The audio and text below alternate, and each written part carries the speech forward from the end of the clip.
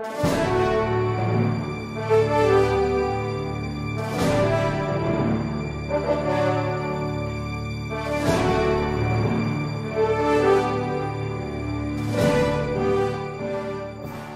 I appeal to the participants of this proceeding?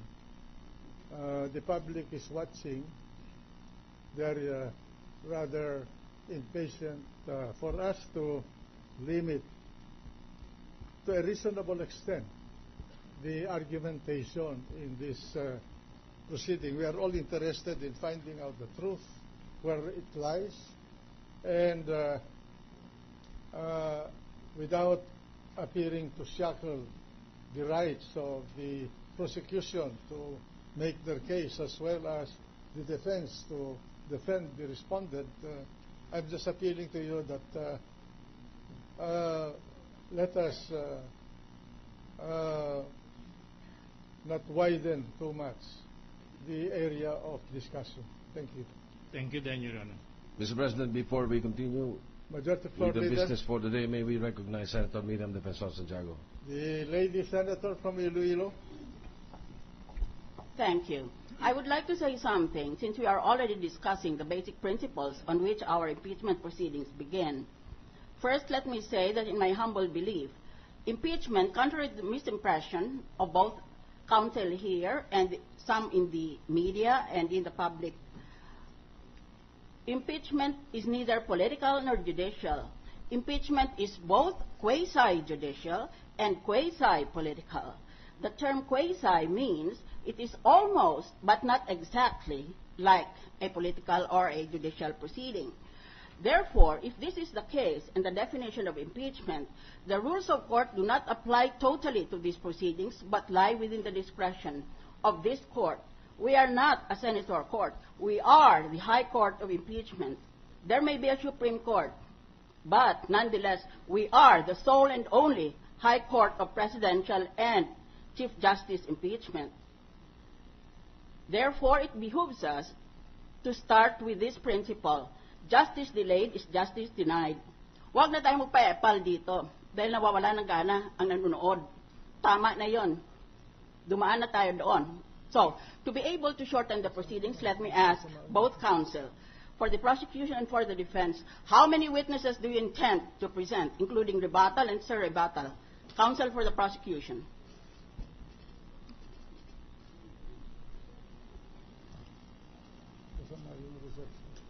Your Honors, for today we will present at least 7 witnesses. For today? Yes. But for the totality of the trial period, how many approximately do you intend to present?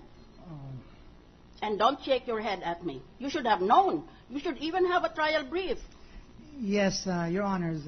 Oh, so what? What is the answer? How many witnesses do you intend to present? Well, you don't even have any idea? Well, I have to ask, Your Honors, no, the that is teams not acceptable. No.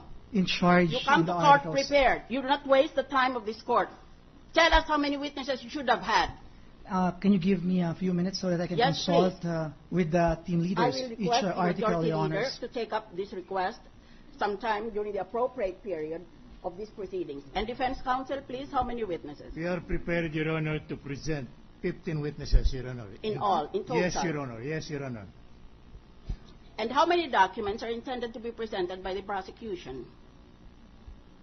May I know? Yeah, if it's for the entire proceeding, Your Honors, I have to consult the team leaders as well. Defense counsel? We have already marked, Your Honor, 23 documentary evidence. In addition thereto, we will have no less than 25 documents in order to wind up our presentation of our documentary exhibits, Your Honor. Mr. President, if there is no objection from our colleagues, I propose very strongly that both counsel and both camps should be required to, number 1, submit a list of your witnesses until the end of trial, together with their names and the substance of their testimony, so that we can determine thereafter whether proof will become unnecessary. For example, we can stipulate that certain witnesses will merely corroborate, or that certain documents can be admitted without authentication because the person is already present in court. This is the purpose of that recommendation. Let us have a written list of the names of the witnesses on both sides and the substance of their testimonies. Let us also have a written list of the documents on both sides so that we can determine the length of this trial. We have to have a time horizon because justice delayed is justice denied. If there is no objection from my colleagues, kindly consider that you have been so instructed and submit these materials within the week. Let us say within 3 days from today. Is that a motion by the lady senator? If it is necessary, if there is no objection, then it is the consensus of this court. Is there any objection from let me first, to be fair, is there any comment from either the prosecution or the defense? On the part of the defense, if Your Honor please, we will obey or follow as suggested, Your Honor. How about the prosecution? May we request for 3 days to comply with that? I have no objection. Thank you.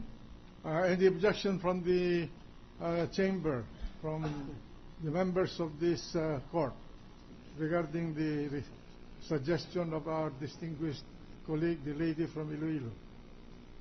The chair hears none.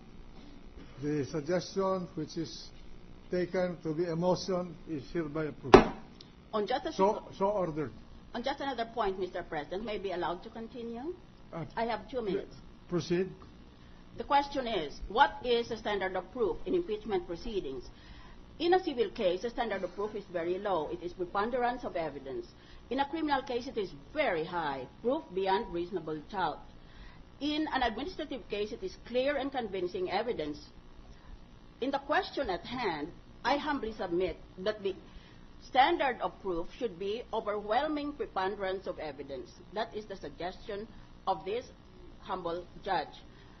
You may comment on my suggestion, in which case I shall ask my colleagues if they have any objection to my proposal. May I now be heard, Your Honor, in connection with the suggestion? Let us give the prosecution first go ahead. the opportunity to speak.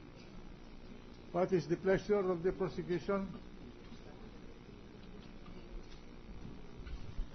May I request the lady senator to please state the level or standard of evidence needed, suggested? What should be the standard of proof in an impeachment proceeding? It can be any or even beyond the following. And by the way, let me just interject this before I forget. Conviction or acquittal are not the only ends of impeachment.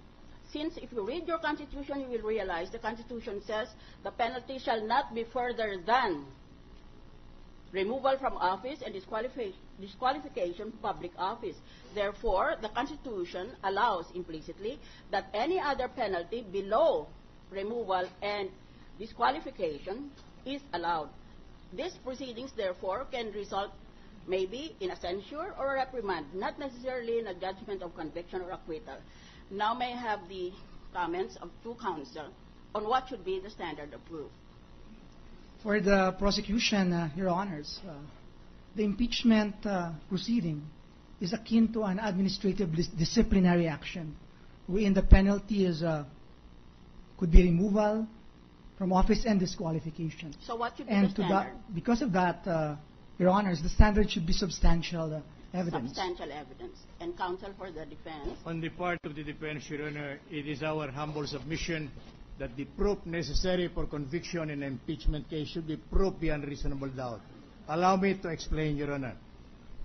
You will note that in criminal cases, Your Honor, even in a simple case of libel, serious physical injury, or merely malicious mischief, the required quantum of evidence is proof beyond reasonable doubt.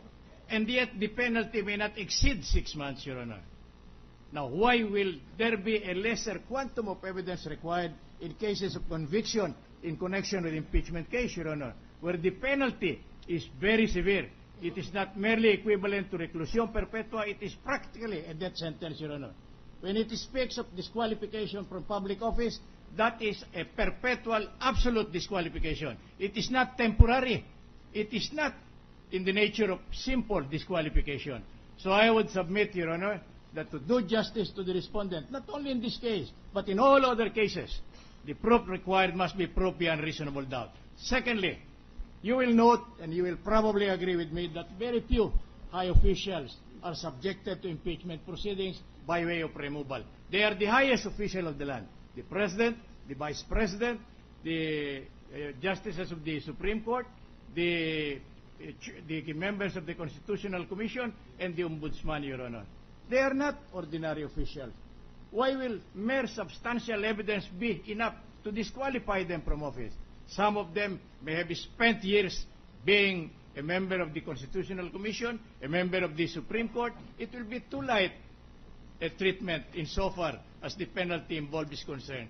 Kindly bear in mind, Your Honor, that absolute disqualification is perpetual. It may not only be temporary, which is only for 6 months, Your Honor. It may be for life. And if it is for life, why will the quantum of evidence be lesser in cases of conviction or prosecution for a mere simple case of estafa, libel, and so on down the line? That is my humble submission, and I believe that we can amplify our arguments in support thereof when so ordered or necessary, Your Honor.